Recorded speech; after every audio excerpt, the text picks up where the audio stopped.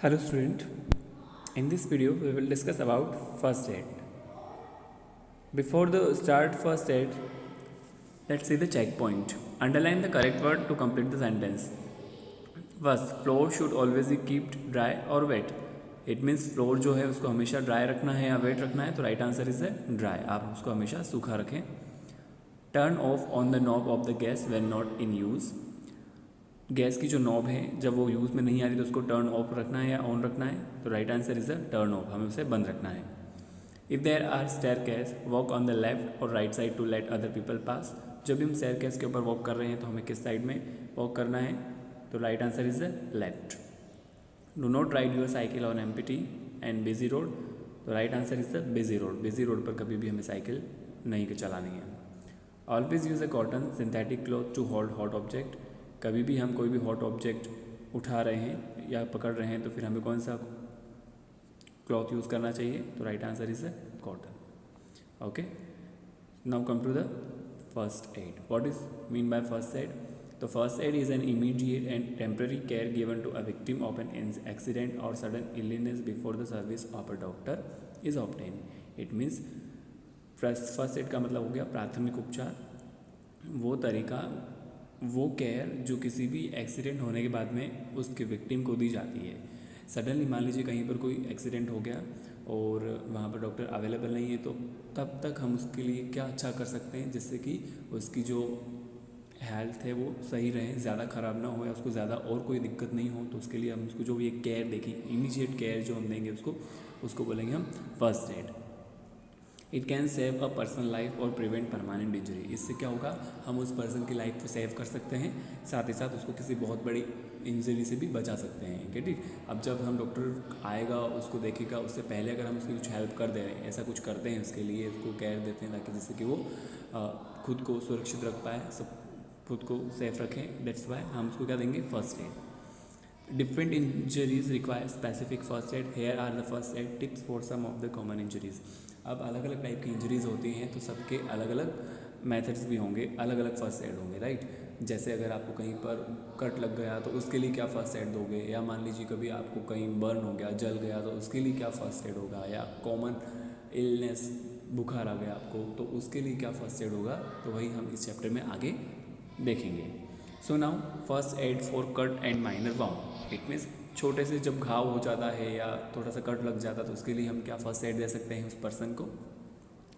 Wash small cut और wound with cool water. क्या करना है, ठंडे पानी से उस घाव को या उस कट को धोना है. अप्लाई एन एंटीसेप्टिक ऑइंटमेंट और cream to prevent infection.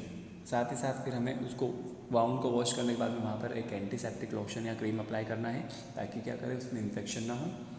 In case of bleeding a properly tight bandage will stop the flow of blood. और अगर ज़्यादा खून बह रहा है उस घाव के ऊपर तो फिर क्या करना है, उसको प्रॉपर अच्छे से बैंडेज से टाइट बांध देना चाहिए, उसके ऊपर प्रॉपर बैंडेज लगा देनी चाहिए, जिससे क्या होगा, जो ब्लीडिंग हो रही है वो रुक जाएगी.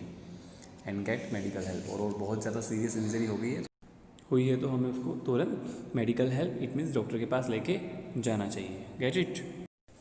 Okay, now first aid for minor burn. अब अगर कहीं थोड़ा बहुत बर्न हो जाता है, जल जाता है, तो उसके लिए हम क्या फर्स्ट एड दे सकते हैं, तो wash the minor burn under cool water from 10 to 15 minutes. धोना है उसको 10 से 15 मिनट के लिए. Then very gently apply an antiseptic lotion और cream on the burn area. फिर वहाँ पर एक एंटीसेप्टिक लोशन अप्लाई करना है, लगाना है जो जला हुआ हिस्सा है जिसके ऊपर. Call a doctor in case of serious burn. और अगर बहुत ज़्यादा जल जाता है तो फिर हमें डॉक्टर को कॉल करना चाहिए. Second, first aid for insect bite और स्टिंग. कई बार इंसेक्ट जो हैं वो काट जाते हैं तो उसके लिए क्या कर सकते हैं हम. If bitten by an insect like a bee और a wasp apply a thick paste of baking soda and water और calamine lotion on the affected area. मान लीजिए कई बार आपको मधुमक्खी है, ऐसा कुछ इंसेक्ट बाइट कर लेता है, तो फिर क्या करना है आपको, उस अफेक्टेड एरिया पर बेकिंग सोडा और वाटर के साथ में क्लेमाइन लोशन लगाना है. साथ ही साथ use a cloth depend with cold water और filled with ice in reduce pain and painful swelling. और कई बार वहाँ पर सूजन आ जाती है या दर्द हो रहा है तो फिर हमें क्या करना चाहिए, आइस पैक बना करके उससे भी उसको सेक करना चाहिए. First aid for nose bleeding. अब नोज ब्लीडिंग इट मीन्स जब कई बार नाक में से खून आ रहा होता है तो उसके लिए हम क्या कर सकते हैं, so have the person set up and lean forward so blood can enter the front of the knows.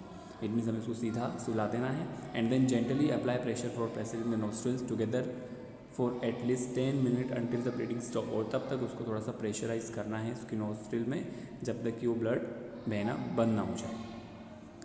First aid for broken bone और फ्रैक्चर। अब मान लीजिए कई बार आप लोग खेलते हैं गार्डन में या प्लेग्राउंड में, तो आप लोग दौड़ते हैं भागते हैं, तो उस चक्कर में कई बार गिर जाते हैं और माइनर कहीं से फ्रैक्चर हो जाता है या बोन जो है वो ब्लॉक हो जाती है। सो तब क्या करना है ऐसी परिस्थिति में हमें, do not move the injured part, जब जिस भी हिस्से में हमें लगी उसको मूवमेंट नहीं कराना है, उसको एज इट इज़ छोड़ देना चाहिए। देन वहाँ पर आइस पैक अप्लाई करेंगे हम, ice pack, walk in clothes.